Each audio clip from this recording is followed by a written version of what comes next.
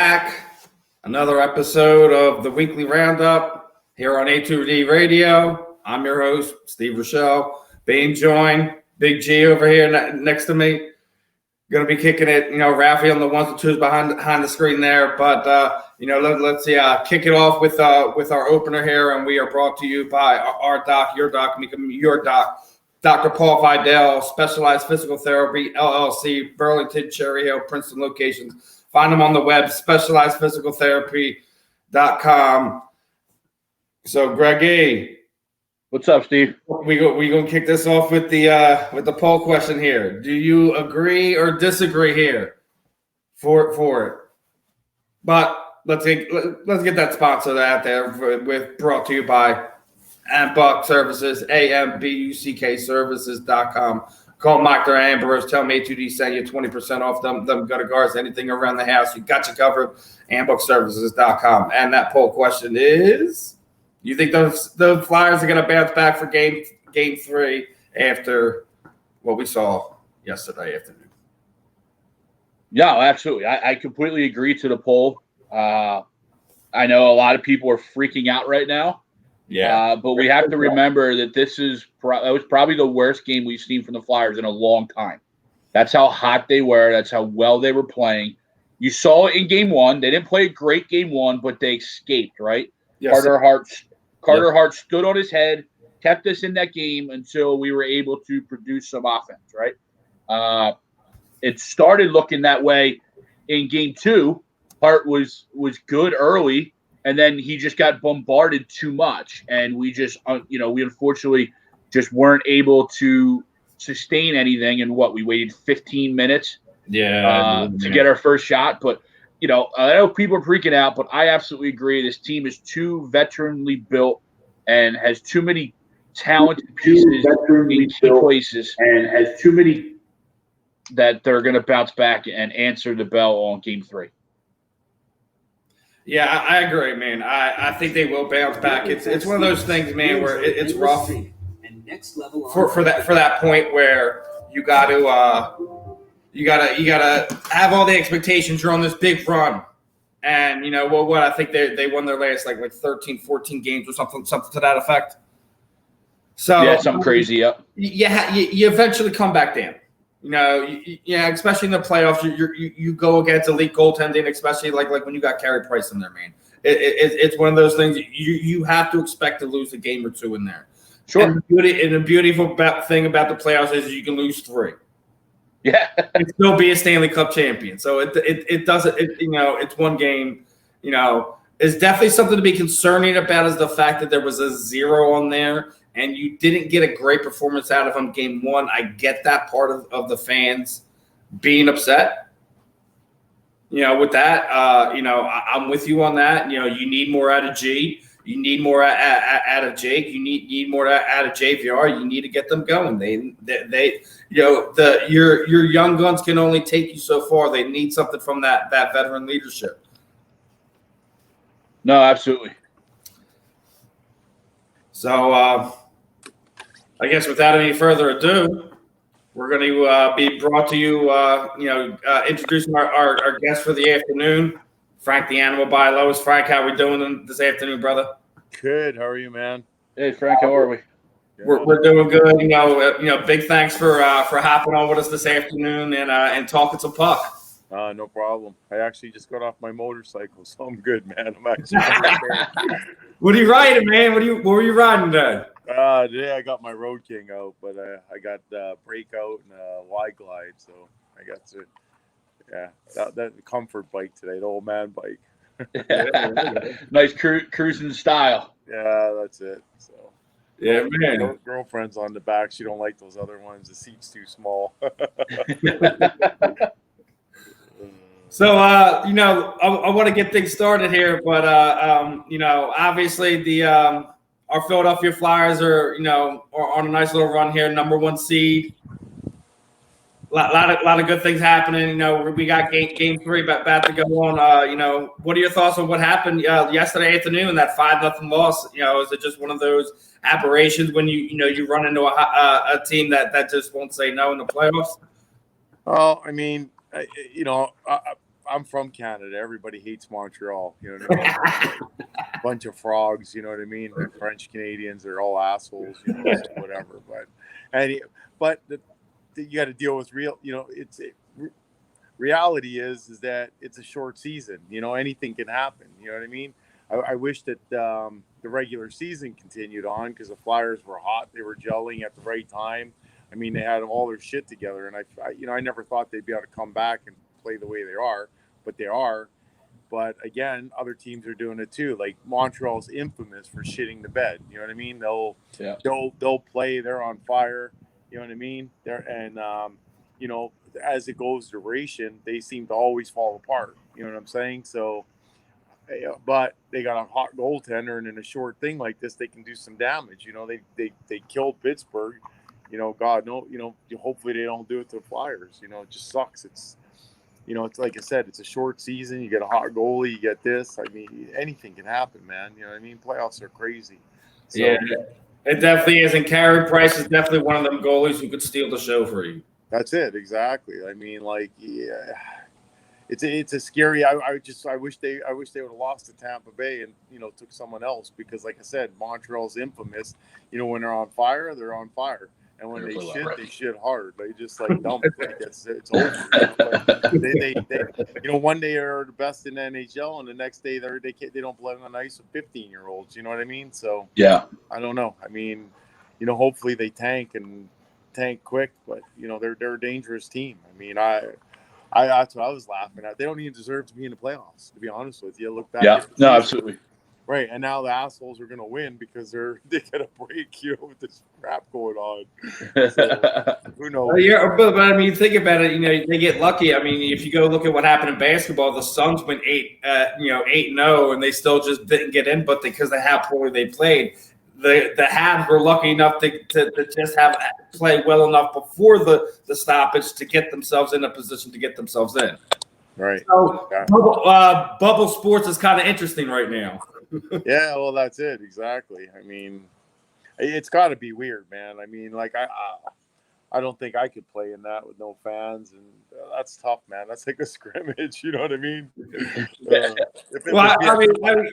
you think about it happen, but see, if it happened back like when you played it, you know, the media attention wasn't as great. So some of the things you guys probably would have been able to get away with, like you hear what happened in football, where one of the guys got caught bringing a girl back to the hotel room. He got cut. But like, you know, if we're talking about like the mid-90s, it's not even a conversation because no one even knew about it. No, this all sports have changed. It's ridiculous. You know what I mean? It used to be such a fun, you know, like with the fighting and everything. I mean, you just did what you did out there. You know what I mean? It wasn't. I don't know. I'm not. You know, I can't even watch really hard. Like now I'll watch because it's playoffs and stuff. But to me, it's not the same game. You know what I mean? It's not. Yeah. You took. I definitely agree. It was definitely that, you know, it was the end of the era, I guess, when they started enforcing some of these rules and stuff like that. Yeah, pretty much. Do you ever feel like there's some players that their game transition even the way, you know, how it was played when you played? Right. I mean, even there, like there's less than a handful of guys that can even do that. Oh no way, dude! It's like it's crazy. I mean, like you realistically think of it. Like, I mean, my first year in pro, you know, like in the AHL, I had 60 majors. You know what I mean? I mean, the whole NHL don't have 60 majors. So that's crazy. You know, I don't know what to say.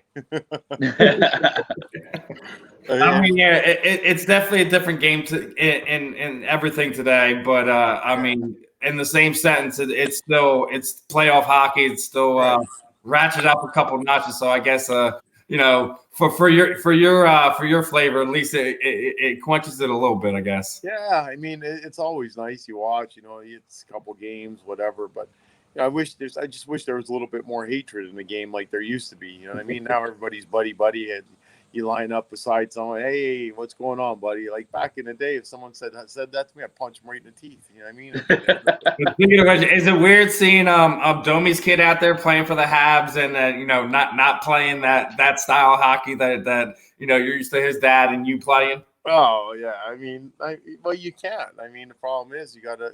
I mean, you just like they'll put you in jail. I mean, I can't even imagine playing now. I'd be in prison. You know what I mean? Yeah, every time you get into something, it might be 20 games, right? Yeah. I mean, it's the sport should be left alone. What happens there? No one ever complained or cried. You know what I mean? It's not like, hey, I got beat up or bullied. Like, they just somebody stuck these rules in there, and not everyone agrees with them, but you got to follow them. You know what I mean? They fine the shit out of you, and then all that crap. So you don't want to do that. You know what I mean? Yeah. Who wants to spend, half their paycheck, just because some idiot like Bettman. You know what I mean? Yeah, but also you gotta look at it because how sports change so much. There's outlets for that where you have MMA and you have bare knuckle boxing now and stuff like that. So you have those outlets for those guys who really like who really. Oh yeah, that's all I watch, man. It's beautiful. I love it. Yeah. Yes. I know it's there, but I mean, I don't know. I mean, you feel like they stolen something from your game, right? Oh, absolutely. I mean, nobody back in the day used to complain. It's just, it seems like as they enforced the rules and everything, it seemed like more people started getting hurt. You know what I mean? I mean, shit, I've been hit over the head with sticks, like you name it. I mean, I don't know. I don't seem to have those problems. God bless. But, who knows? It's hard to say. You know what I mean? It's, you're taking the only thing I think like you probably should have did is some of the the hits from behind the back. I agree with that. Oh no, absolutely part of it, but like some of the other stuff, it just. Yeah, but I mean that stuff was always there, and it always got taken care of. I mean, if you run someone from behind, you're getting your teeth knocked out of your head. Like I come off the bench or whatever. Like it just didn't happen. It was like self-enforced. It was like your own police department. You know what I mean? It's like so it wasn't. You didn't need the NHL to get involved. Like we got this. Don't worry about it. Right now, the idiots get in there and they start taking it all out. You can't even touch each other. You might as well be wearing panties and a bra. You know what I mean? It's like. Speaking of which, and what made you wind up getting into hockey? Like I had a friend ask me, well, I was going to have you on, and my friend Renee Devlin, she wanted to know what made you decide that you wanted to be a hockey player. Oh, I mean, you grow up in Canada. Every Canadian kid wants to be a hockey player. They put skates on you at 3 years old and be like, okay, you're going to be a hockey player. You know what I mean? But I kind of strayed away from it. And then, I was out of it completely. And basically, I kind of went back just to stay out of jail. You know what I mean? So. Good reason. To put that energy into, right? Yeah, well, that's it. Exactly. Spend your life in prison or go get paid to do the same stupid shit that you're doing on the street. You know what I mean? So you can't. That's a no-brainer in my case. You know what I mean? So it worked out good. I mean, it worked out really well. Now you've been in some great battles. Domi. That Calder Cup run with Rocky Thompson. That was just some amazing stuff. What were some of your favorite things? And is there anybody you wish you were able to kind of tangle with? You just never really get the chance to cross paths with. Yeah, I mean, my whole career. I mean, I love Proby. You know what I mean? Proby was like my favorite. And I remember I was playing in Toronto and we were playing him in the playoffs, and I was dressed for warm up. I was like, I was talking to him in warm up. I was like, we're going. Eh? He's like, oh, I know. And I was like, my buddy Vandenbush played on another team, and he was on Chicago, and he's just like, we're all laughing about it. But that like Proby was my idol, man. You know what I mean? And I was like, I remember when Burnsy told me that I wasn't playing because they needed more goal scorers and playoff time, you know what I mean? I was like, just give me one shift, man. That's all. Please. I was like begging him. He's like, I wish I could. I'd love to see it, but I can't, And I'm like, all right, So you felt like you had something stolen from you that night, right? Yeah, pretty much. I mean, it's still you got the opportunity to play. I can't, I'm thankful, but that would have been like a dream come true for sure. You know what I mean? Yeah, Proby was definitely one of the guys, like especially like in the those enforcer times. It was one of those things like, and I'm sure even the Domi fight is kind of something you probably would like to run back just because I kind of really felt like you didn't get a chance to really kind of lay your hands on them the way you wanted to. No, absolutely. I mean, I was tripping over the sticks. Like in actuality, we're swinging for the bleachers, both of us, and no one really connected. You know what I mean? Like it was kind of a garbage fight. I remember when we got to the box, I was like, hey, because I knew Ty from Winnipeg, because you know what I mean. We skated together in Winnipeg, and before season, just to get ready for the season and stuff, and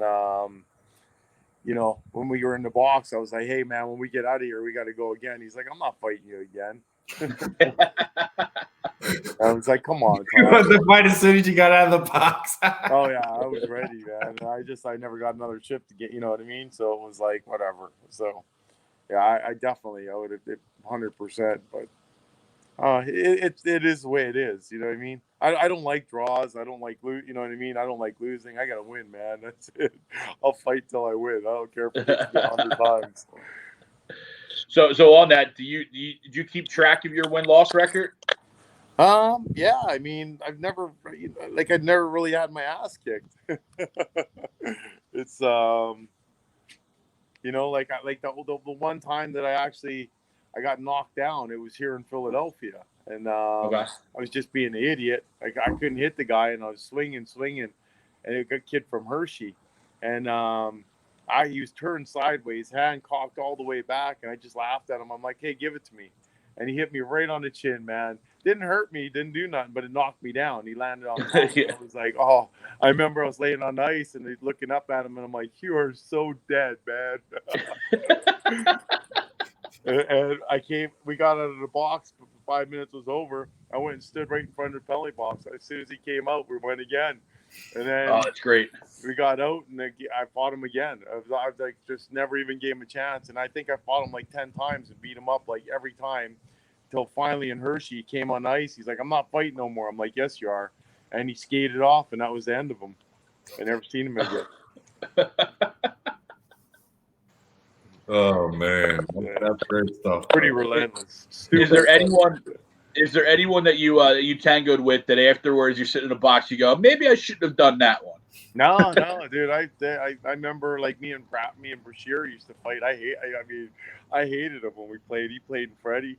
I played there. I used to make him fight all the time. He just hated me. Like he didn't want nothing to do with me, man. I used to chase him around and be like, I was relentless. But yeah, I love fighting, man. It was fun. So, if it was a good one, I'd shake your hand. I'd be there for round 2, round 3. Yeah. Let's go, But, yeah, I never had that. I mean, I never ever said I shouldn't hey, you get a black eye, couple cuts, stitches, whatever, you're right back. You know what I mean?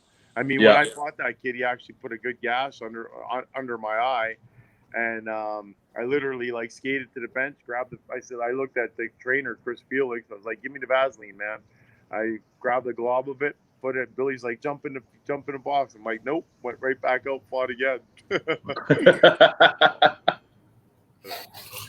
I mean, the fight in Toronto was with Twist, and you know how everybody was with him. I mean, he's a killer. You know what I mean? And I actually was trying to thought I was big Wayne Gretzky or something. I was dangling, put my head down. I got clocked by Greg Wolanin, and he actually broke my nose, smashed it. There was nothing left. And that's why I was skating around, and everyone was like, get off the ice. And I'm like, fuck you. Let's go, man. And finally, I went back to the bench. Don Cherry's like, look at this kid. I had the prongs up my nose. They were fixing it, straightening it out. And I came out 2 shifts later and fought Twist. You know what I mean? So. Iron Man hockey. That's it, the good old days. Oh, yeah. You can't breathe through your nose. You got stitches. You just keep going. I mean, I played games where they've had to tape my hand to my stick, because it was so beat up. Wow. Yeah. I mean, that's what you grew up with. So you imagine watching this crap. I mean, Schulte's my buddy, the Hound. He's like my dad. You know what I mean? And we all just sit there like, what are these guys doing? You know what I mean? How do you play like this? It's just gross. Yeah, no, you're absolutely right. There's no self-policing in the game anymore, as you alluded to earlier, right? Yeah, you can't. You can't even do it. It just, like I said, you go to jail. It's ridiculous. It's rough. It's really rough when it comes to that. At least that aspect when we talk to hockey, and that even like you said that you like watching more of like the combat sports side of things. Had you ever thought about it, like if it ever blew up like how it did now? Would you ever maybe have thought of maybe you would have been a fighter, not a hockey player? Oh, guaranteed. I mean, if that crap was around the way it was now, there's no doubt I would have definitely been doing that. I mean, would it be bare knuckle boxing or would it be like mixed martial arts, like the UFC? I mean, it's tough because like the mixed martial arts, you got to give those guys credit. I mean, I'm not into that cardio shit. I'm like Tank Abbott. You know what I mean? You're good. Let's throw down and see who knocks the other one out. You know what I mean? But those guys got some serious endurance. I think I think that would have been my downfall. I would have been like, let's get a pizza. Somebody would have found Frank's gas tank and be like, oh, okay. Tag him into some deep water to see how that goes. That's it. Gas tank isn't good. That's for sure, man. I mean, that would have definitely been interesting. You're sitting there, you name drop Tag Abbott. He can't do anything on the ground either. Watching you two throw hands would probably have been interesting. Oh, we just lost him for a sec. Oh, there is back. You got me back. Yeah, you got. Yes, sir. Yeah, Tank was that was my idol, man. I actually named my dog Tank. Oh yeah. There you go. It was my favorite ever in the UFC. Dude, he cracked me up. He was funny as shit. Well, speaking of which, they got a big one tonight. Probably the biggest heavyweight, trilogy, title fight, whatever. Daniel Cormier, Stipe Bialowas. What do you like? Dude, I love Stipe, man. I mean, So Cormier, I'm not a fan of Cormier because he's just like a teddy bear. He wants to hug and kiss you. You know what I mean? But I mean, the last couple fights he's been throwing, and he's not. I don't know. It's hard to say. Like I said, I'm all about the Tank and the Stipe, and you know what I mean. Like, I love Mark Hunt. You know what I mean? Dude, I love Mark Hunt. He's a blaze. Dude, I love him. It's just like let's go down, Cerrone. Like that's all my favorite guys. You know what I mean? Like we're not here to the warriors of the sport, not the point fighters. The warriors of the sport. That's it. Yeah, the guys that come in there and they go like. I mean, probably my favorite fight in the UFC is Cub Swanson and the Zombie. That was a great fight. Yeah, that was the whole arena was just their balls were hanging open. Like we were sitting there, we were like, holy shit. But see, it doesn't surprise me you being in the martial arts because how big it is up in Canada as well. Like people it's hockey and then people talk about baseball, but no, it's not baseball. It's MMA. Oh yeah, no, it's definitely. I mean. The Canadian people love fighting, man. It's a whole different breed. We don't phone the police or lawyers or anything. We beat each other up and then have a beer. You know what I mean? Now give Madison puck. How far do you see this Flyer team going? I mean, hopefully they can get past what they're in. You know what I mean? With Montreal, hopefully Montreal tanks and falls apart. That'd be great. I mean, then I think they can go a long way. Like I said, I wish the season wasn't canceled. I think I honest to God believe in my heart that if it would have continued on, that they would have won. You know what I mean? If all this COVID crap didn't come in, and right now it's a crapshoot. I mean, all it just takes is, like I said, they were on fire going into the playoffs. You were right there. You know what I mean? Yeah. Like they're unbeatable. They're playing awesome. They're gelling. I mean, it sucks, but. I mean, only time will tell right now. Anybody can light it up and be on fire. So it's a crapshoot. That's the way the playoffs and this stuff is. No fans, no this. It's anybody's game, man. You know what I mean? So day by day, that's all I can say. Day by day, yeah. You definitely say that. I mean, it's rough with, you see TK, he's a tough guy. He comes off the ice. And, you also have your other veterans kind of – they haven't been able to put the puck in the net yet, so right. It's kind of a rough situation. We've already talked about it. All you need is that goalie, and to be able to put it in the puck in that net at least a few times a night, you're good to go. Well, that's it exactly. So I mean, the first game, I think they were lucky to win. You know what I mean? His heart was outstanding. You know what I mean? But they didn't play that well in the first game. You know what I mean? Yeah.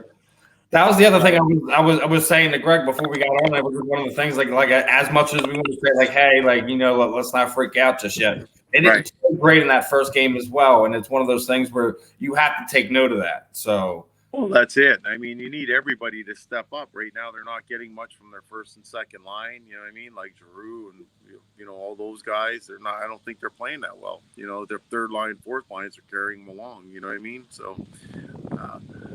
Like I said, day to day, and hopefully they, compared to the way they were playing. I mean, yeah, they did good in those prelim games against the bigger teams like Boston, Wash. You know what I mean? But yeah, I mean, playoffs are tough, man. It's that rink becomes smaller. Everything changes in the playoffs. Oh, that's it. And just I don't know. It's tough. I'm hoping that they, like I said, this is their. I think right now this is their biggest hurdle. You know what I mean? Right. I kind of have to agree, just because of the matchup and everything like that. That this will probably be the tougher one. Like I've seen a lot of fire. Oh, that's nothing to worry about. They're going to take him in 5. I was like, I'm still 6 or 7. Yeah, this is a tough team.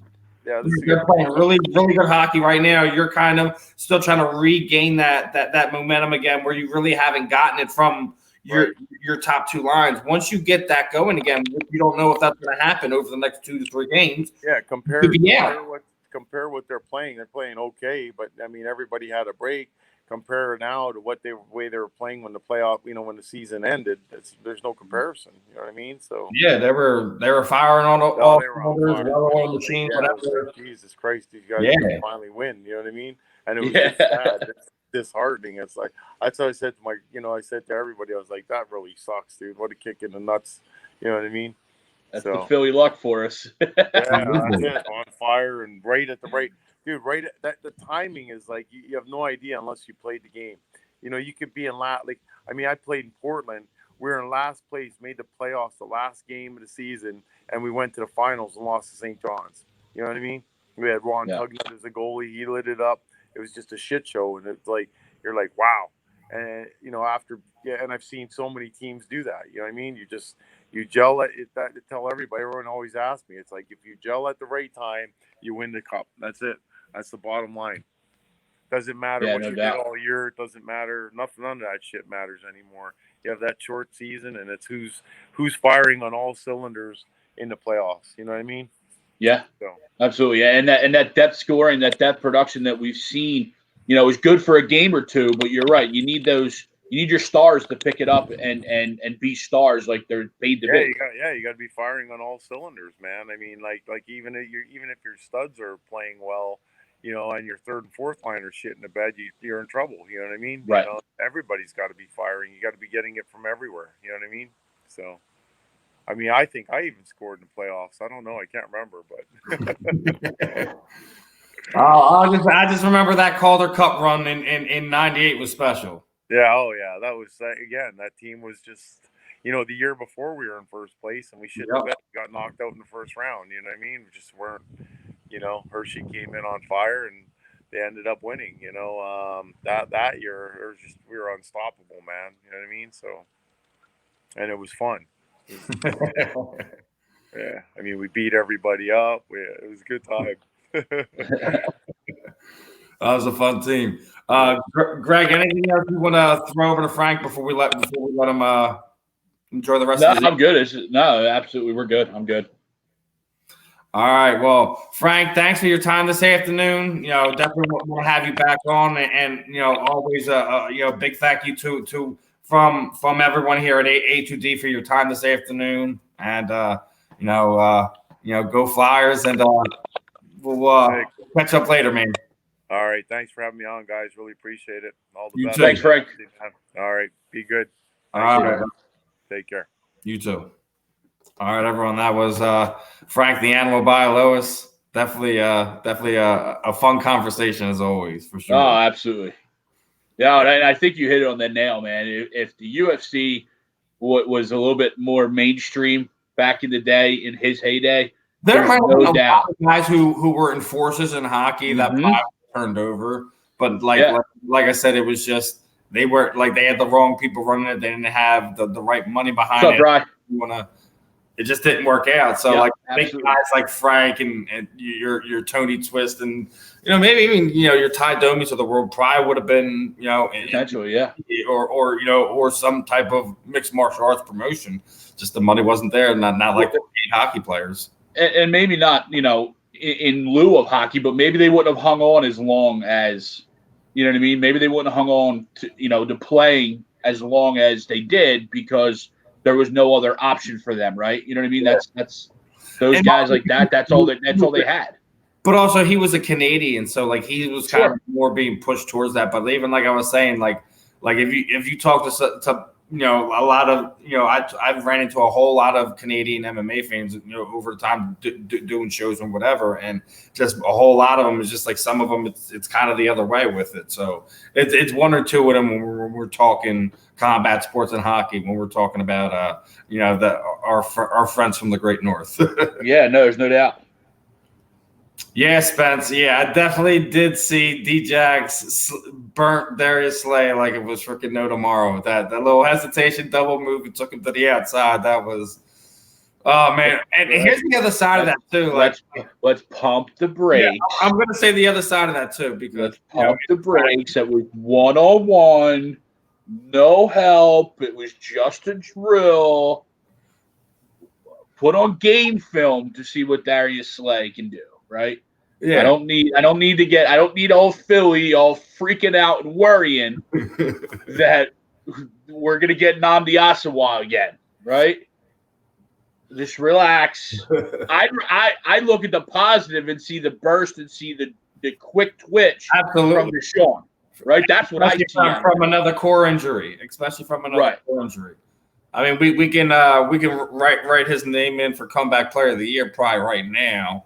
As long as we go ahead. Let's get past week 4 first. Yeah. Let's get past week 4. I love Deshaun. He's an absolute difference maker, but last year hurt. Yeah, it did. He hurt us. Last year hurt. But it was also because someone told him it was a good idea to try to just not go for the surgery. He should have just went for the surgery. There's no doubt. There's no doubt. Whoever's had him at the end of the season, and that team could have did something in the playoffs. Yep. There's no doubt. So and whatever decision, what was I going to say? Wherever that decision was, is Darius Slay now has Deshaun Jackson going against him in practice every day. So there isn't going to be a whole lot of people going to surprise him with speed. Nope, not at all. Here we go. What? Nah, Slay's a big boy. He came from the SEC. He's been a big time. Although he loves everything. He loves everything here in Philly. How the organization run, how the fans are, everything. If he had anything to say, trust me, he probably would have been the first person to say it too. So, but even that video, right? It was sent to Ocho, and Ocho was talking about Deshaun. He never brought up Darius. You know what I mean? It was you want to going up against them, but it wasn't we burn them like we burn Byron Maxwell every time. You know what I mean? That's not the case. So let's pump the. And I'm not saying Spencer's that saying that, but let's pump the brakes on Darius. He's gonna be just fine. Yeah, because dude, trust me, guys. There's levels. Darius is gonna be okay. Relax. It's practice. He's supposed to have a bubble cushion. Yeah. No, and because I also think too, in a scenario like that, I bet you if he's truly 1-on-1, he's probably not up on the line with a guy like Deshaun Jackson, right? No, he's playing 5 off at least. He's probably giving a little bit of a cushion so that he can help make up that slight lack of speed when you have a burner like Deshaun. Exactly. He said he's out 8 months. Chill out. Exactly. So it's training camp. And Deshaun's just getting back. He wants to show that he's good. Relax, people. Come on. And we do this every year. With all kinds of guys throughout the NFL. It's the first kind of leak footage just comes out. new teammates, guy comes off injuries, etc. Whatever the scenario, what's going to be when Tom Brady throws a bomb? Everyone's going to that video is going to have 500,000 freaking hits the first hour. Or, I mean, is that what we're going to do? Like I get it. We're in a time where we want football. It's so close we can freaking taste it. I get it, guys. Relax. We're going to put a hold on the football for a minute because we need to get back to something that's about to happen here too, because the Philadelphia 76ers are in the playoffs, and it is the arch rival Boston Celtics. Regardless of whatever's happening with the Sixers at the current moment or not, it's Boston. Exactly. See, like I said. I'll tell you. There you go. It's the first day of training. It's like the first day of live drills, guys. It doesn't matter. He could have burnt them every play that entire drill, and it didn't matter. But back to where I'm at. Philadelphia 76ers, Boston Celtics. It's probably the worst matchup we could have probably had in the first round. Just coaching-wise and the way that Brett Brown is kind of running this team right now, it's worst case scenario. We talked about Miami last week, and it was going to be an emotional thing, but that's more of a beatable team because I kind of feel Brett Brown isn't really out-coached in that area. He's out-coached with this team, and the Boston Celtics are going to come bring it to the Philadelphia 76ers. Wow, you're absolutely right. Just even look on the floor, right? Where has Boston hurt us in the past? They've hurt us with their wing length and their wing defense and their wing perimeter offense and defense, right? And when you lose Ben Simmons, who is one of our best defenders in general, but especially perimeter defenders, we lose that ability now to then go and match up with Boston, right? Everybody, the team Matisse, right, that loved the drafting of Matisse, and I'm not saying I didn't like it, but it was, all right, now we can get Pomsey, now we can get, play defense with the likes of Boston on the wing, right? We can set him up on Tatum. We can set him up on Brown, and he at least can battle them, length for length. And we thought we had a decent chance to do that, and we did because we played them well this year. Yeah, we kind of got over that mental hurdle this year. Most years, yeah, we did. But also Boston was playing like crap at the beginning of the year too. So and then. That's fine, right? That's the way it is. Calling for Jason Tatum to be traded, all kinds of crazy nonsense. It was nothing. But now losing Ben, we lose that additional wing defender, and I don't, unless Joe and Al, and listen, they can absolutely do this, right? But Joe has got to put them on their back, and Al has to be the Al Horford of old. And I hope maybe playing Boston is old spot in the playoffs. The Al Horford old. He just has to be, not even the person he's been the last 2 years. He just has to at least be better than that. I mean, it's just it's rough. Like you need to, JoJo is literally, injury soft, whatever you want to call him. To kind of play, like put him into the box. You need to put him on your back, and you need to go there. And say you're the star of this team. What up, Don Don? What's up, Don Don? What's up, big guy? How you doing? He needs to put that team on his back and carry him. And Al Horford needs to help him shoulder some of that load. And some of these other guys on the teams, like that you really haven't been getting minutes or productive time at them. Your Mike Scotts of the world need to do something. Yep. Where we do have the advantage is 10 to 15 points out of a game. It needs to be done. And Tobias Harris needs to man up and show that he was worth that contract, and that they made the right decision by not keeping Jimmy Butler here and giving him the contract instead. Yeah, I mean, and let's be real, where the Sixers have the advantage is down low, right? So they should, Al and Joe should be able to have their way with the Celtics down low, and that's where this game's got to be won. It's got to be won on the backs of Joel. It's got to be won on the backs of Al Horford. It's got to be won on the backs of Tobias Harris.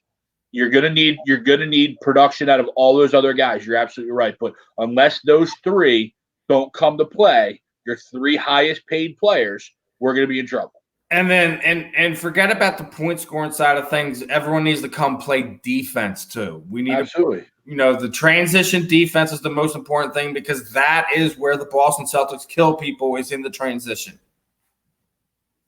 They absolutely, you can't tell me anything otherwise when it comes to that team. That's where they murder people. No, you're absolutely right because they have normally 3-4 guys on the floor that can grab a rebound and go. They don't have to sit there and look for a guard or look for one or two guys. Brown, Tatum, Kemba, Gordon Hayward. Those are 4 guys that are usually on the floor together that if they grab a rebound, they can all go. And the Sixers were built like that too, right? The Sixers were built in a sense where, obviously you're not going to be ecstatic if Joe and Al grab a rebound and start dribbling up for a break, but they can at least start the transition to where you could get it to Ben, Tobias, Shake, Alec, or whoever. I'm interested to see what type of rotation Brett comes out with. Yeah. I know Alec Burks has played really well the last couple of games. I know he's been off the bench, but I'm curious to see what type of rotation he goes with, especially centered around a guy like Alec Burks, who's a veteran in this league, who has done it before, and probably has, and obviously has more playoff experience than anybody else off the bench. Yeah, I mean, regardless if we're talking, we just need this team, regardless of your starting 5, whoever you're coming off with this bench, everyone needs to come up and play big. If y'all really try to save Brett Brown's job, because if he's one and done, there's not even a question in anyone's mind that he is gone. So if this team really loves Brett Brown, they're going to come out and play for him. It shouldn't be too hard because it's the Boston Celtics. It's going to be a tough series. I definitely, win, lose, or draw, this is going 6 games.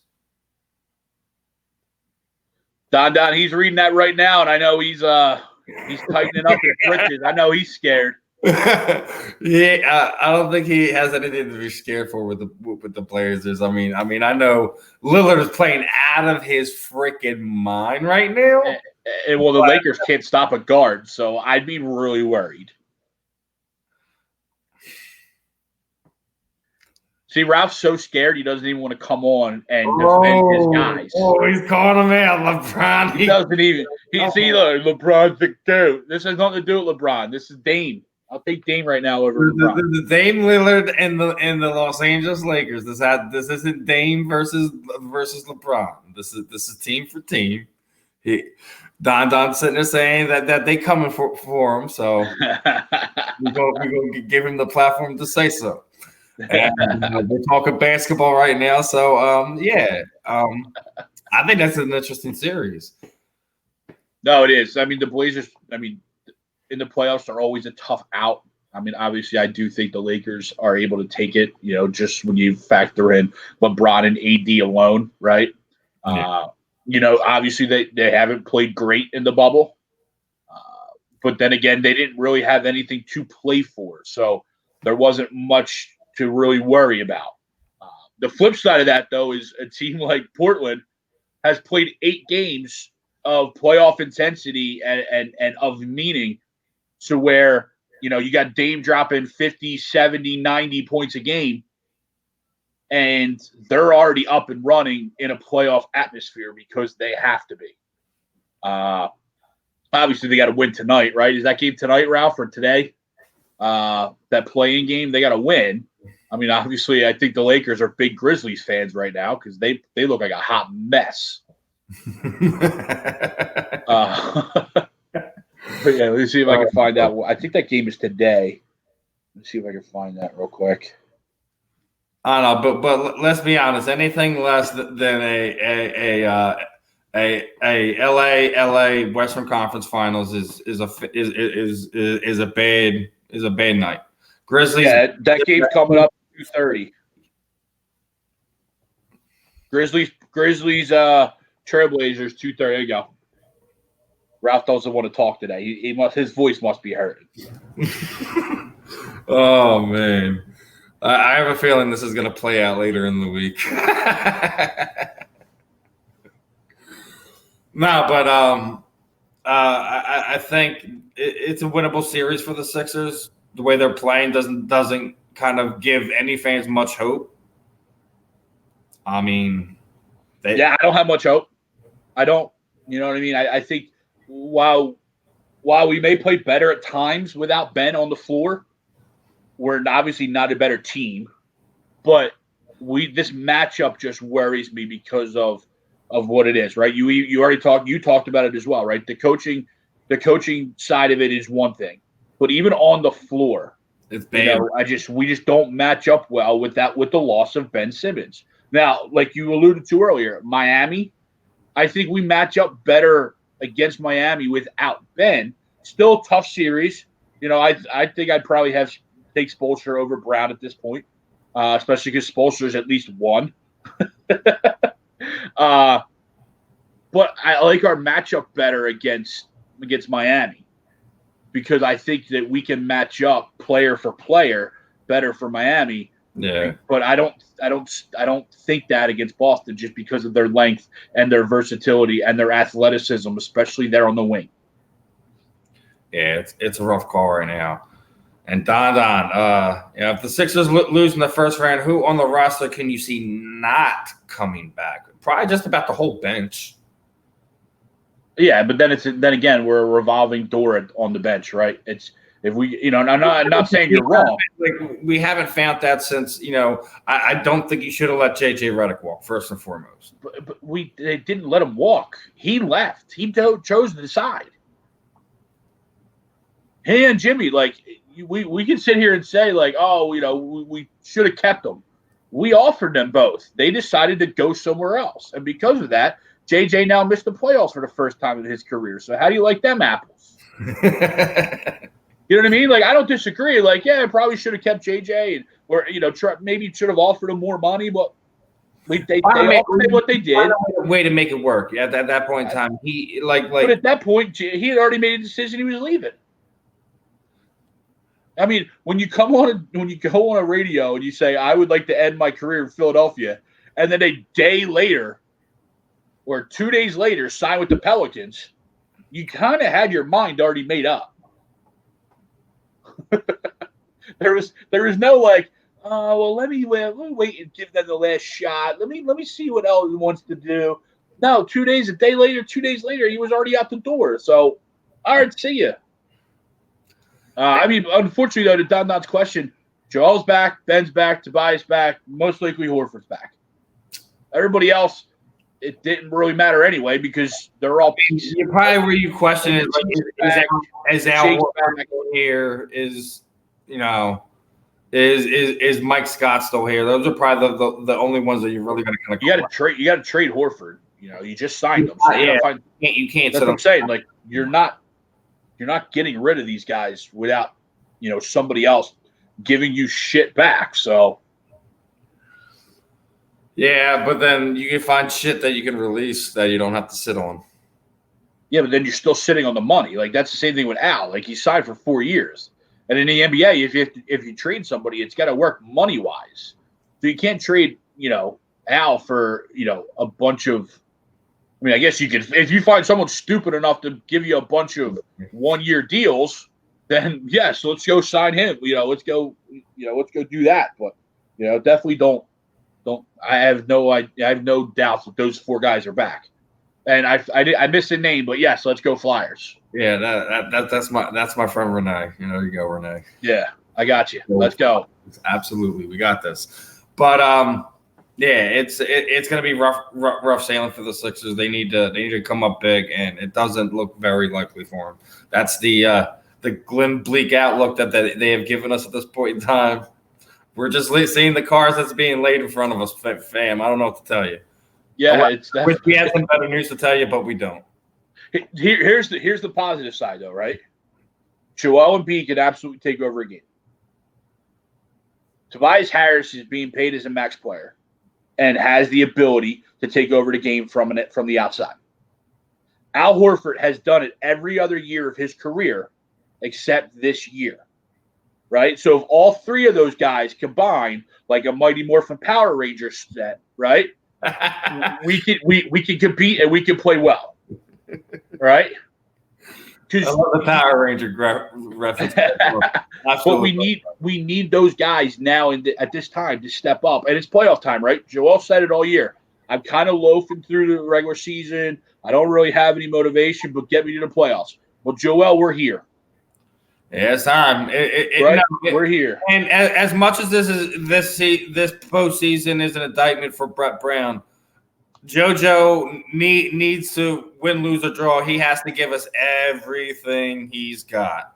I don't want to hear this hurt, that hurt, my bunion, my back. I don't want to hear anything. It doesn't matter anymore. This is supposed to be your team. You say this is your league. You're the face of the league. You want to be the face of the league. JoJo, it's time to shine. Absolutely. This is it. And there's no better time to do it than now. Yeah. I mean, that just happened. That just happened today, right before we went on air. Yeah. Alvin Gentry. That's not a surprise. I think it is, just because I think he would have been really good with Zion.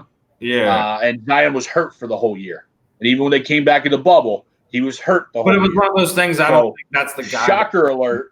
It's one of those things I just don't think he's the guy they want paired with him. You know what I mean?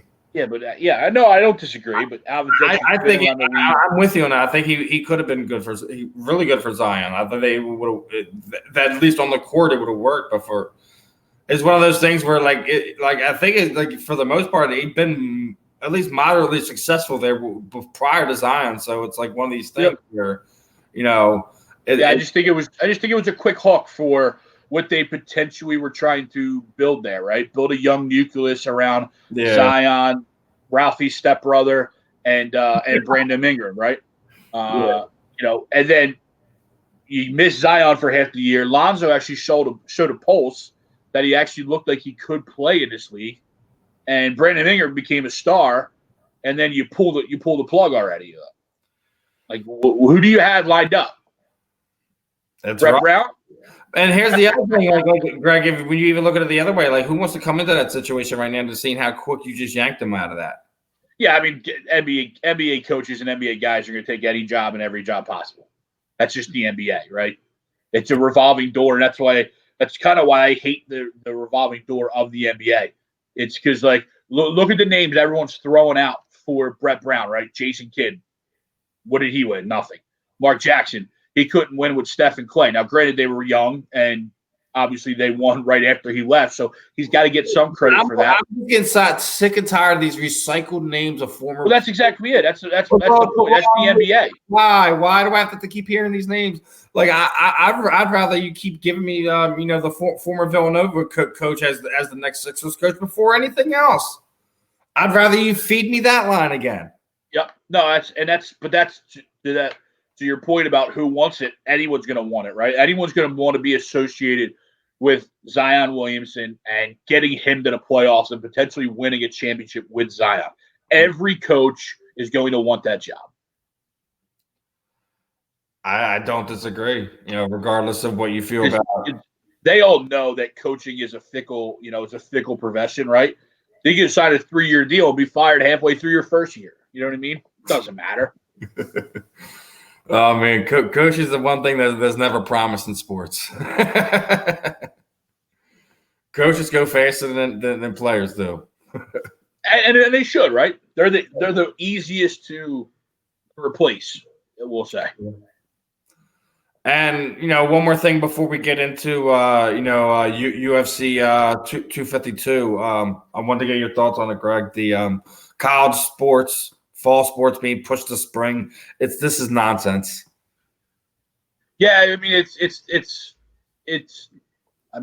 at this point, it is what it is, right? I mean, if they don't do it, they're going to have, half of the country and half of the media or all of the media wondering why they're not doing it, right? If they do it, then the other half is going to be like, well, what's going on, right? Of the debacle it's going to cause with some of these your athletes. No, you're absolutely. But that was my point. Like, it's all about, and I get it. Listen, I get it, right? It's all about risk, reward, and liability and all that, right? But it's crazy. We're in unprecedented times, right? I mean, that's just what it is. We've never been in a scenario like this. I still, hold out hope that the SEC and the Big 12 come to some sort of figure something out to where we still have it. What I mean? We've already seen it. If you're going to do some collegiate sports, you got to bubble it down. So, let's forget about the what you're doing with this team stadium and that team stadium or fans or anything like that. We're just trying to make sure that the sports happen and the not because the trickle down effect. If you hold that all, because then you're going to get some of these athletes that are going to want to hold out and play their senior year. So then what's going to happen when the NFL draft comes around in March? It's going to it's like you said. It's definitely going to be interesting. It's definitely going to be different. Talking about that because you even talk about like when you get in further into it, baseball too. It's going to affect how that plays out and some of the not as larger sports, but some of your Olympic based sports, with your track and country and stuff like that it really affects what these kids are trying to do and that's the bigger picture in all that. Right now, I got to tell you, I just really want to be a parent right now with a kid in that situation. That's the bigger picture in all this is what truly now becomes of college sports, because you're obviously there's not millions of dollars on the line for them. The only ones that get CAA for the kids. Yes, you're absolutely right. But I'm saying, as you said, for those other real college sports, but that not money producing college sports, right? So if football doesn't happen, do you have money to keep around the track and field, the tennis team, the golf team, right? Other sports and athletes that absolutely should have a place to play and should have a spot, but because basketball and football might not happen. Of when those coaches have to get fired from those universities because they don't have those sports this season. Yeah. No, it's a huge. We're just again. It's just unprecedented. Who knows how it's going to play out? Like I said, I'm still holding out hope that the Big 12 and the SEC come to some sort of figuring out how to do it. I know. Well, let's do it. I know it's easy to say bubble, but you only play once a week, so that's tough to do. You know what I mean? The kids are essentially the way you do things for that to kind of but the kids are essentially bubbled at the universities anyway. There's no one else there. You know what I mean? You put 4 teams in a bubble, make them go through some type of testing, and over a handful of day period of time, they kind of play off against each other to make sure. And then as you're bringing more teams in after they've been tested, they go through and make sure you have. Yeah, I mean that's what they're doing on campus. I mean they're doing that already on campus, on their own campuses for the kids. You know what I mean? So it's tough. It's definitely going to be interesting to see how it truly plays out. It's going to be nuts. I would have thought that we, early on when this whole thing started, it was, hey, we had college football had time, and we're now up against it. So I'm holding out hope that we do get some college football this fall. I mean, I'll take it in the spring, but you're right. Now it just does it messes everything else up, because then they're going to go right from spring football right into the draft and pro football, and it's gonna potentially mess you got to think about it now. Even with this, you have to think about it because of we're now having bubble sports that are 2 months past when it's time when they're normally, most of these athletes are on vacation. As far as when we're talking about basketball and hockey, anyways, those are typically your indoor fall sports. Yeah. What's going to happen when the playoffs come to end in 2 months, and what you're going to have them take 2 weeks off and start another new season? Conversation. Yeah, the difference though is these are pros getting paid. Right? To collegians who are just who may not very well get one last chance to kind of bump up their draft status or have a final season to make a chance for a national title push or whatever, regardless of what sport we're talking about. Yeah, absolutely. About, the big ones that kind of pull it in when we're talking about basketball and football, or we're talking about the kid in the wrestling room busting his butt because he wants to win a national championship now. I mean, we saw it earlier this year with baseball, right? So baseball obviously got cut in March, so they didn't finish their season, and then we had a draft in June that only went 5 rounds. So now you have all these college kids that didn't get drafted, and now are sitting there saying, "All right, do I go back to school for my for my now given 5th year, right? Or do I move on and try and sign a minor league deal and a free agent deal with a team?" And then you look at the high school kids that are getting ready to go to these sometimes D1 or here's the other colleges. like all right, we're having this conversation, but why doesn't Major League Baseball organize some type of tryouts for them? Well, you can sign as a free agent. All this stuff is going on, right? You were able to sign as a free agent, so that helped a certain group. Yeah. But there's other groups of kids that, remember, there's 40 rounds of an MLB draft. How many of these kids are drafted? And then how many of these kids that are drafted go to pros when they potentially shouldn't, right? But they got drafted, so hey, let's do it. I mean, we've already seen the trickle down effect happen. I know a couple kids that are in that limbo area of, do I go to school? Do I not go to school? Because what's the coming back now, right? What are those guys coming back? I was promised XYZ and now I'm not getting that, right? Whatever the scenario is. But it's the trickle down's already happened, and now you're right. It's just going to continue what's going to come of it is what's going to be interesting. Yeah, it really is, and we're just innocent bystanders at this point in time, and wait to see kind of what plays out. I mean, playoff bubble, it's fine, but it's kind of rough because at least at the start of it, we're 6 deep each. You're gonna put 12 teams in a bubble. Yeah. I mean, playoff in a bubble. If you got there, then you're fine. If you got to the playoffs, then what's the point of bubble? I mean, except for playing, cold Northeast, baseball, But if you've gotten to the playoffs, I think we've gotten past that crucial point. You know what I mean? Obviously, it's going to be. That would probably be the smartest idea. But if we got there, then let's just continue how we're going. Yeah, I don't even want to talk baseball right now. Well, I'll yell at the Phillies next week. So I'm going to transition here, and we're going to talk a little MMA. Big fight. Real quick before we get into that, Travis Konecny is out. By the way, he's got a concussion from that hit. That's rough. Where he went into the board, so he's out indefinitely right now. So that is a problem. That's not good. Arguably, your most consistent scorer leading into the stoppage. No, take that back. I'm sorry. I'm an idiot. Ralph, you can click that. You can clip that. I'm an idiot. That was an old report. I'm sorry. See, what you give me a heart attack for, brother? What are you doing? I had a heart attack reading it.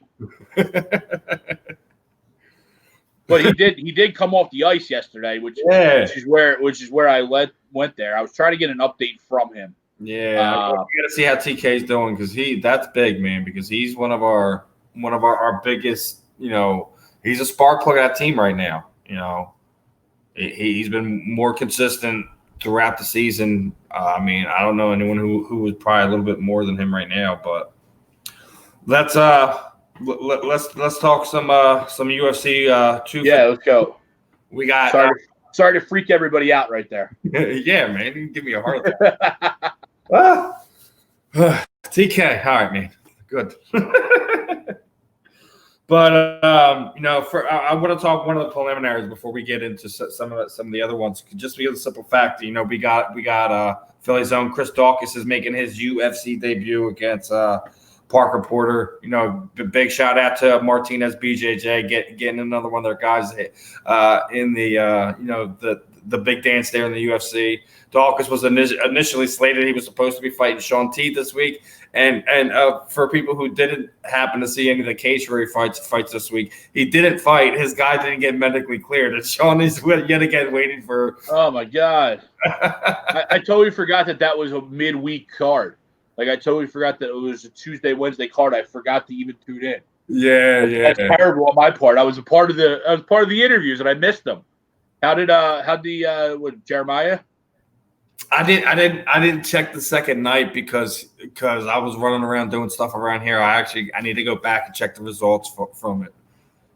But I know you know, Phillies Drinkers first night was a little rough there. You know, the guy they had going, he got stopped there in the first round. But I mean, another thing you hear, was hearing from a lot of people online was that they thought that the cage was a lot bigger than it normally was too. So. Got to check with Haydock on that to see if they were going with a bigger cage. If so, that you know that's good for the fighters, especially when you don't have to worry about the you know, filling out the arena and etc. So yeah, for sure. And it was one of the things that they were talking about with Cormier and Stipe was one of the sticky points when they were talking about the contract was it was going with the smaller cage, which favors Daniel Cormier's game plan to a T. But, you know, Stipe just said, whatever, let's do it. Let's go. I don't care about the size of the cage. Just get us in there. So, but, yeah, I mean, I'm definitely looking forward to that. Ashley Yoder and Levita Vernetta Souza is another fun matchup for that. One of the straw weights that they have there. Ashley Yoder is a fun fighter. That's going to be an interesting matchup. Lightweight, always fun to watch. Jim Miller right there, right back here in New Jersey. Vince Pichel, that's going to be a fun lightweight matchup. I don't know about you, Greg, but that one should be. And Jim Miller just fought like 2-3 weeks ago. He's a freaking little machine, man. He's an animal. And Vince is an interesting fight too, because he's one of these guys who's, you know, not really great anywhere, but he's a grinder. He's one of these guys that you're not gonna be able to just find a way to get him out of there easy. Vince is one of these game guys. So and Jim's another one of those line. I mean, his jiu-jitsu is probably his strongest point outside of his cardio, but I mean, Jim Miller's a nasty dude. It's going to be a fun fight. Yeah, I mean, he fought back on the 20th of June. Yeah, actually, I guess 2 weeks ago or 2 months ago. Yeah, and Vince doesn't look like he's fought recently, so that's obviously you got to give that side of it, that edge to Jim, right? He's just obviously been in there. You know, and we know he's a veteran anyway, so not that any type of ring rest or nerves are going to be there, but he was actually been able to come out of all this stoppage and all this mess and be able to obviously put hands to face before this fight. Yeah, it's one of these things where like Jim's always one of these guys who, you know, short notice fights, whatever, he's game, and you know. Vince is also one of these guys who winds up taking fights and, you know, winds up having, you know, this injury, that injury, gets it cleaned up and has, you know, unfortunately some of these 6, 9, 8 month layoffs in between fights. So it'll be interesting, especially with everything that's been going on, to see how that plays out with some of these stuff with some of these fighters. Yeah, sorry, I just looked up. Yeah, Jamal did lose by this unanimous decision on the US CFFC 83. But no, I mean, yeah, that's definitely an interesting fight. You know, you always like, man, Jim Miller's still going on. Like, what are you still doing? And then he still start knocking dudes out. Like, I think you know, nervous in there. Yeah, those guys. I mean, Jim, he's so well rounded too. Like, yeah, you think he's like, all right, I'm gonna take him down, and then he knocks you out. You know, and yeah, there's some decent fights here. He's one of these guys who's also really durable, and he's really good off his back, or he doesn't have the greatest striking in the world. He's not going to be knocking, but completely destroying guys on the feet. But he's one of these guys. He's solid everywhere you go, and that's why I like the matchup with him and Vince. It should be a fun fight. And then right as you get into like some of the main card, like right as you kick it off with John Dawson and Merlab Dasavili, that's going to be another one. Yeah, absolutely. I mean, Dawson's always one of these guys who's fun to watch. He's really one of the top 10 bantamweights in the world, regardless of what his wins or losses. He's a high energy guy, and Dasavili is just his ground game is just insane with his grappling. Yeah, there's no question. Dodson's that bouncy, guy that's going to bounce all over the place, but then he'll stick you. So no, that's a great fight to jump off the card. The main card. Yeah. What's that? 10 o'clock. The pay-per-view starts off. Yeah, when they started off. Obviously they got a couple heavyweights going in there, JDS and and I'll let you take that one. And I think you nickname that. You don't want to talk that, man. You nickname that. That's why I got straight up calling Roz. You ain't dumb. Let's see you try to bring that one out. Darzino Rozenstruck. Yeah, you got. No, that's pretty close. That is pretty close. I'll give you that one. That's thumbs up, Craig. You got that one. What does Junior Dos Santos have left? This kid has been here lately. He's had his ups and downs too. But Junior, he's pushing to what? Get another rematch, because with who? He's one of these guys. Like, what else do you have left to prove? He's arguably one of these guys that's going to be, UFC Hall of Fame material at some point in time. It's one of these things. Is it a paycheck? Because you're absolutely right. From a matchup standpoint, it looks like it's kind of a springboard for this kid. Yeah, it's almost like he's the gatekeeper now of the heavyweight division, right? Yeah. He's the pay-per-view gatekeeper, right? We're gonna put you on your first pay-per-view event, and you're fighting JDS. And if you win, we're gonna keep moving you up. If you don't, now you're back to the middle part. Sounds like the formula to me, just on paper. JDS TKO in January to Curtis Blades. Second round, so it's not like he was a long fight. No, because Curtis Blades is a freaking animal, dude. He is. No, absolutely. But to your point, so what is it, right? And I just, he's that gatekeeper that if he's able to make a run, he's going to make a run, obviously. Oh, yeah. It's not like to sit there and say that Junior Dos Santos can't dispatch this dude in freaking 39 seconds and sit there and go on a tear, because he's fully capable of that. It's MMA, man. Anything can happen with them in there. And Junior Dos Santos possesses those skills both on the feet, off his back. He has the ability to stop the fight. So it's definitely not one of those things where you look over it, but it's also one of the things, like I said, it looks on paper like it's a springboard fight. Yeah, absolutely. We think you're close. We think you're close. Here's a true veteran. See what you do. Yeah, and then the Sean O'Malley hype train continues as he gets a slate, and he's going in there against Marlon Vera. That's going to be a really fun fight. That's a fight I'm really looking forward to. Because as you said, you used that word perfectly, the hype train, right? Is Sean O'Malley for real? And I'm not saying he's not. We've seen it before. Is he for real? We've seen him before. Them throw these guys in our faces.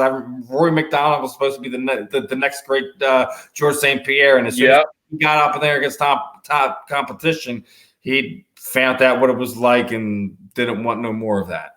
Yeah, exactly. So we've seen this all before. Everyone wants to say Ronda Rousey. Everyone knew what Ronda Rousey was. It was the UFC that was hyping up her as the next boxing champion or some nonsense like that, when that was just not part of her game.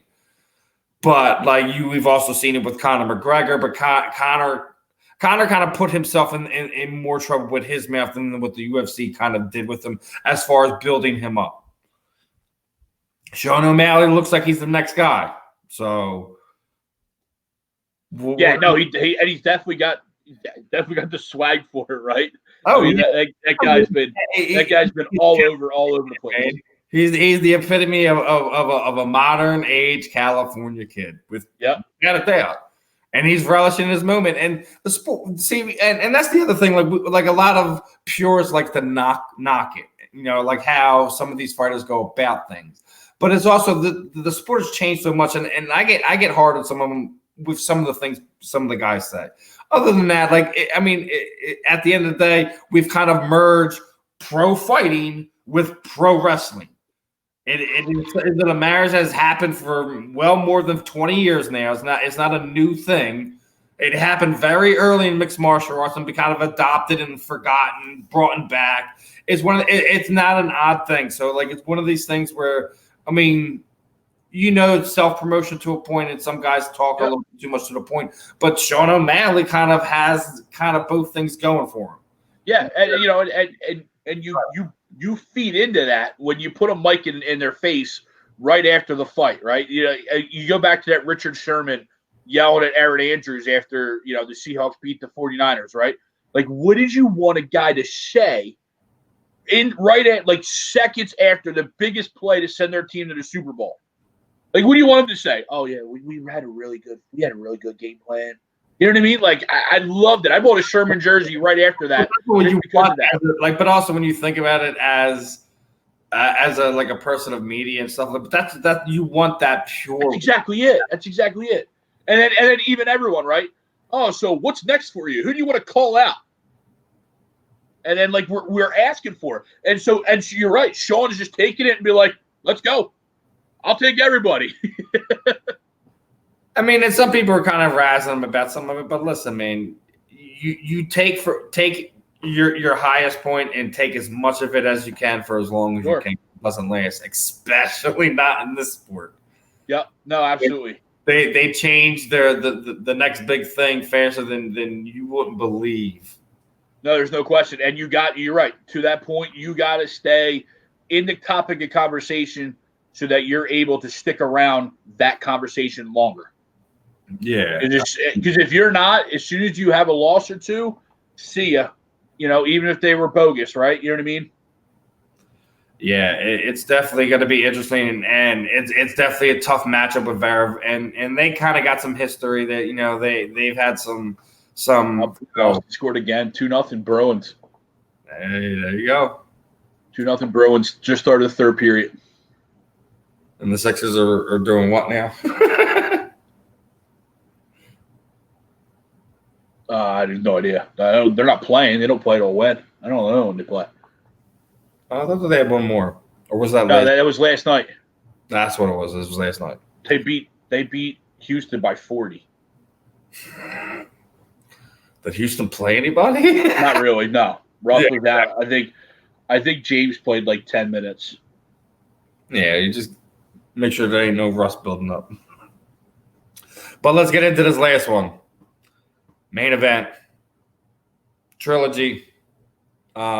Legacy defining fight for both men. You can't say anything different. It's probably takes you. It's probably the biggest fight the UFC's probably had in the last 3 years. I don't care what you say about Conor McGregor this or Khabib that. I really don't care. The heavyweight division will always be the glory division when we're talking combat sports. When we're talking about boxing, kickboxing, anything else in between.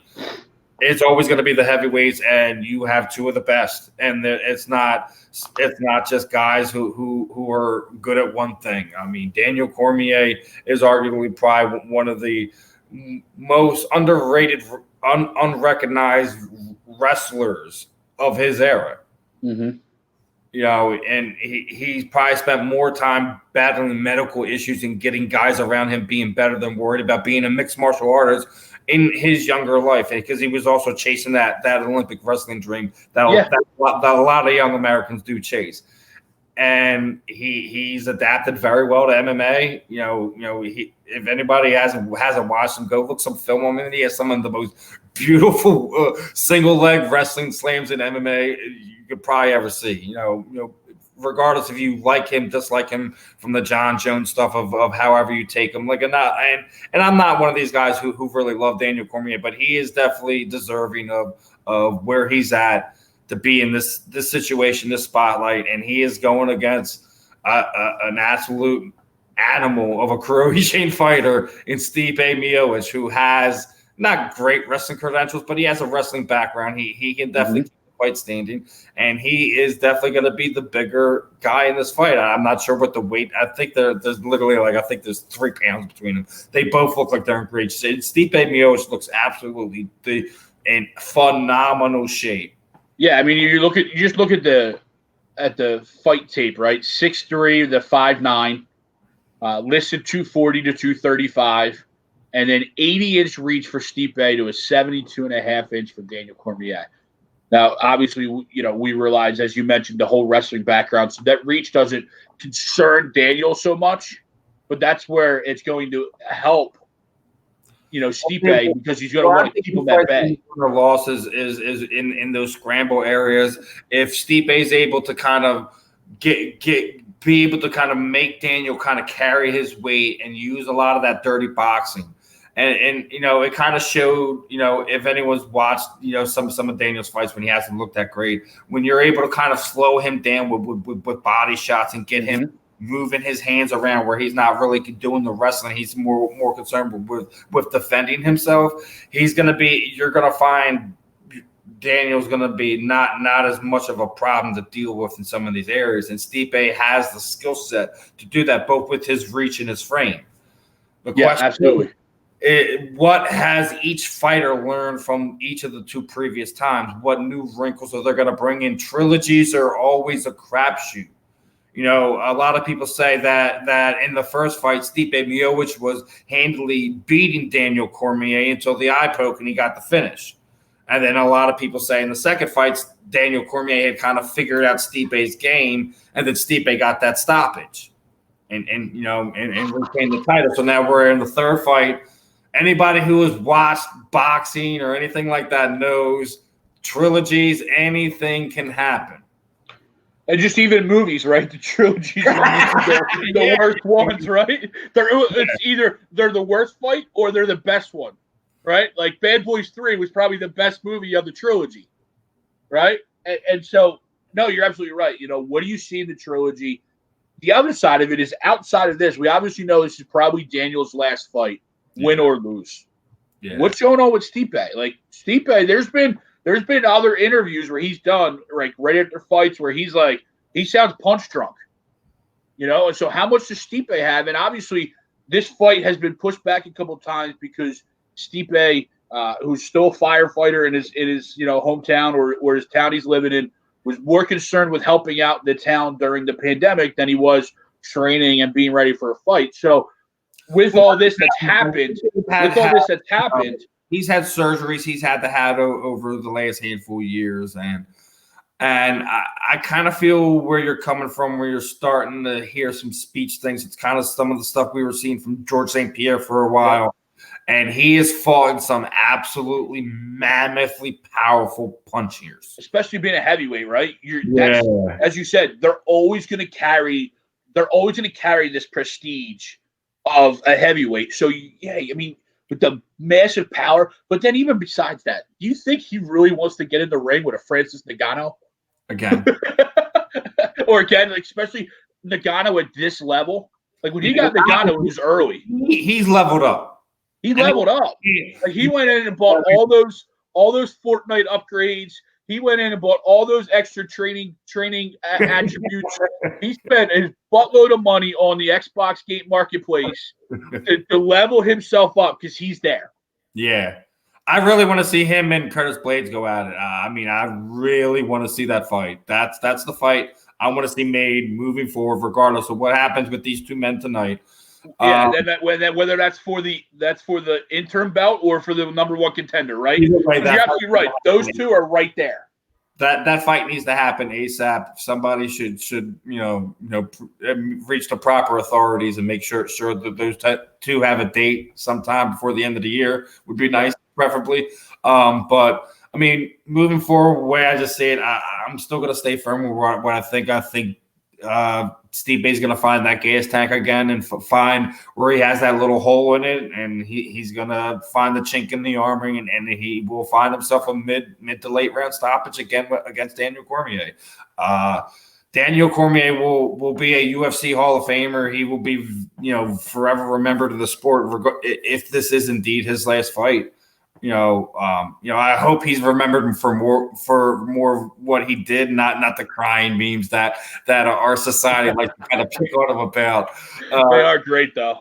It is, man, because I was definitely pro John during that time, just because you knew he was a better fighter, and it was one of those things where you kind of have to go. You pick sides not because you want to, it's just because it's the nature of how the sport goes. Yeah. It's not necessarily like I'm pro that fighters every believe. It's just, hey, I don't think this is how this matchup is going to play out. And then let's be real. Call a spade. Like, Daniel's boring at times. And that turns certain people off, right? I mean, he's just, not that he's not good, not that he's not talented, not that he's not one of the best in the world. Really wanted to see, I think Daniel Cormier was robbed that Brock Lesnar fight, and he should have got it.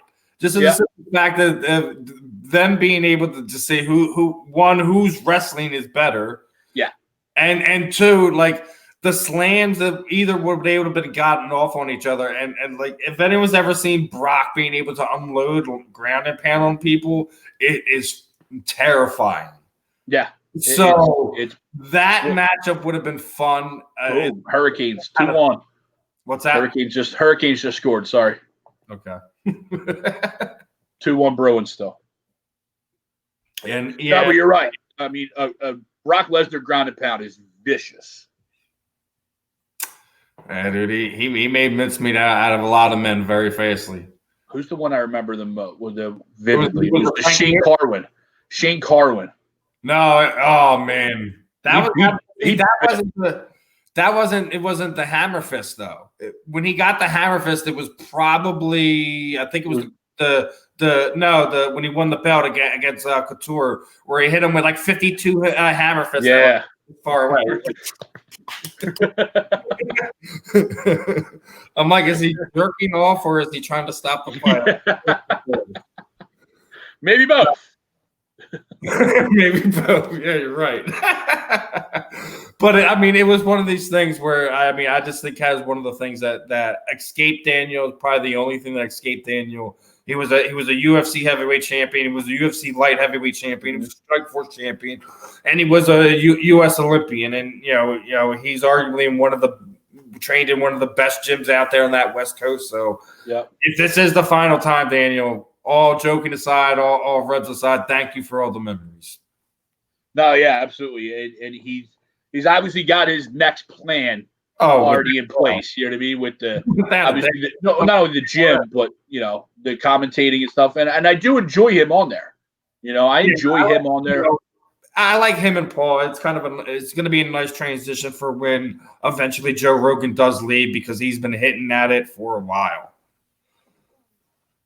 Yeah, no, absolutely. And I like the fighter. Most of the guys that they bring on from the fighter side, I enjoy watching because they have care for it. I don't know if it's from the fighting days. It's just Bisping. I don't know what it is.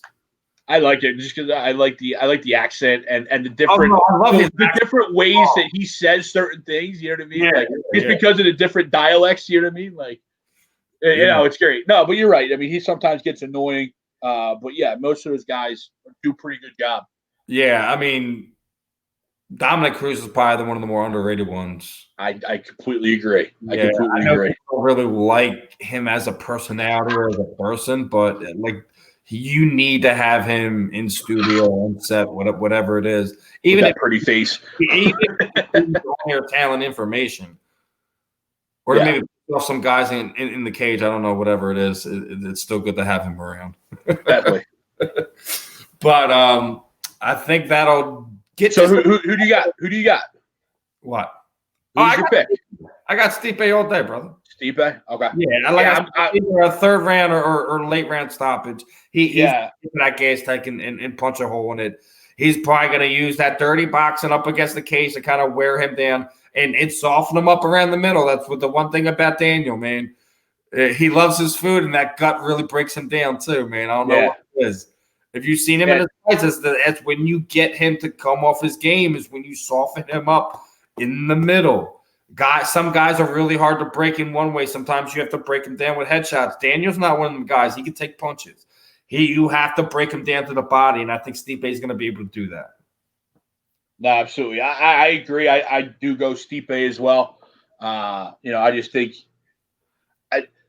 I know it could be Daniel's last fight. I just think Stipe's fighting for. I think Stipe's fighting for a little bit more, because I don't think people put Stipe on that all-time list the way they do Daniel, right? So he's fighting for that legacy that he should be already there. The legacy, because Daniel's is cemented. Yeah. Because of all the other accolades where Stipe started off his career, it was like 9-0. His first loss was, I think, his second or third fight in the UFC, and it was to Stefan Struve. For all intents and purposes, can hit you with a Superman punch from over there. Yeah. So I mean, he's gonna beat up Stipe over that, and the only other one was when he went on this run. Right. That put him on the map, and then made him a UFC heavyweight champion. Stipe Miocic doesn't get the love he should, and he has the most heavyweight title defenses in UFC history, and that's with all the names of people who's held that belt is insane. No, it is. Think of it, no one was ever made able to defend it more than once.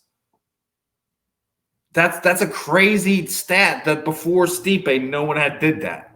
Yeah, that's insane. So at that time, it's hard for him not to get it, but for whatever reason, I don't know, maybe because he's not an American. I don't know. Is it because he's a Croatian? I don't know. He's from Cleveland. Leave the guys alone. I don't know. Well, nothing good ever comes out of Cleveland. Let's be real. Yeah, we figured it out. It's the Cleveland hate. It's the Cleveland bias that there's nothing in Cleveland, literally. Except Stipe Miocic. Except Stipe and the Rock and Roll Hall of Fame. That's it. That's all Cleveland.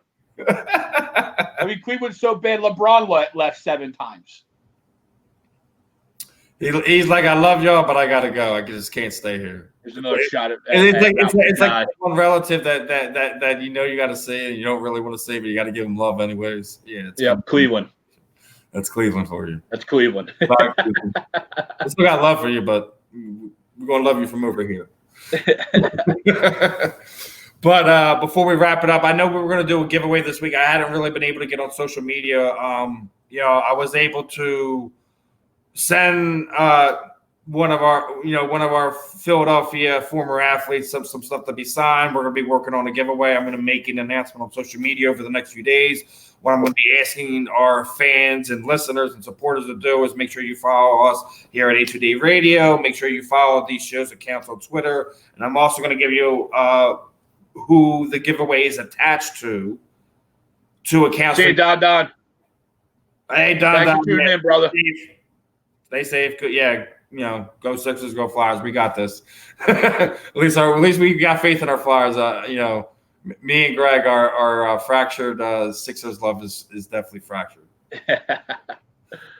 It is. It's hard. But yeah, absolutely. Let's get a game plan for this giveaway. Because I kind of gave you guys a little bit of tidbit of it, but like I want to make sure we get everyone on the same page and get it done right. And I'm not in any rush to do this thing, and we're also got some more things related to this that we're going to be doing with it. We're going to get some signed merch to give away, regardless if it's here or just on one of the social media platforms related to A2D. We're going to make sure we get you guys situated, and always make sure you guys are heading over to Philly Drinkers and getting your A2D Day merch, and good stuff too. I mean, great merch. Yeah, I'm waiting for the rest of my order. I got my shorts coming. I got another Gaither, so I don't have to wear the same one when I go to work. Yeah, grab the polo for the next time I go cover an event or something like that. I ain't gonna have to be wearing a t-shirt or anything like that. Yeah, no, for sure. So, make sure, everyone's taken care of. We also got finalized some of the T-shirt giveaways I did on Facebook. I told you guys I'm going to be doing some more stuff. I got some stuff I sent out to Tommy this week. Hopefully he's going to organize some giveaways. I don't know what he's going to do with it. He can keep it for himself if he wants to. I don't know. And I also going to work at something to try to see if we get some of our other shows some stuff to kind of do some stuff for social media, so we can start giving back to all our listeners that have gotten us to this point.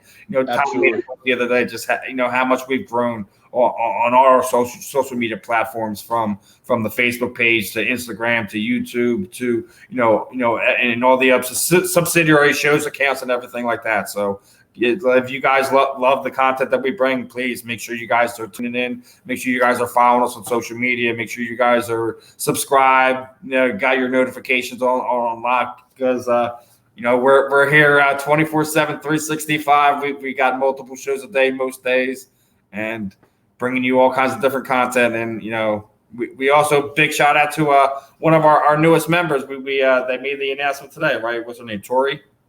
Yeah, Victoria. Yeah. Yeah, so we're growing daily. Tommy's door is always open. If you guys want to do real media, A2D's doing it. As you see, today, we just had Mr. Frank Bialowas on.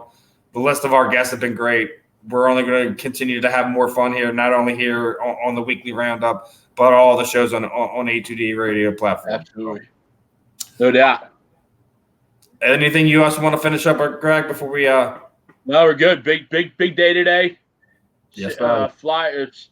Jeez, Philly's back tonight after a walk off, and then we got we just talked about big UFC 252. Let's go. Yeah, that's gonna be a fun one. I know, not a whole lot of our listeners are big combat sports fans, but we're gonna make it grown on you. Trust me. I know a lot of people were hyped up on this whole Usman and Masvidal fight. This is the fight you guys should have been hyped up about. I mean, this is a real fight. It's not just a short notice fight. This is for a lot more than just respect and a fake title. This is there's no doubt. These guys are the best in the division for quite some time, and they're fighting for legit what their name's going to be mean to people in this sport 10 years from now. So no doubt about it. So regardless of how that plays out, guys, make sure you watch the UFC. It's going to be a fun event. I don't care if you pirate or not. They don't make me money. I don't care. If you want some streams, hit me up. I got y'all. I mean, other than that, we'll see you guys next week. Big shout out to Greg for hopping on here with me. Absolutely. Ralphie on the ones and twos. Again, everyone in the chat room. And, Renee, yes, you did miss the interview. I told you it was at 105. You can catch the replay on any of the platforms there. YouTube. Yep, the show stay up. It always stays up. So you can thanks to the crumb in the background. we appreciate you, Ralphie. We're gonna have a celebrity boxing match with YouTube. Next thing I know. All right, ladies and gentlemen, another fun episode of the weekly roundup. I'm Steve. He was Greg. Ralphie's back there playing around doing I don't know what. We love you guys. We'll catch you next week.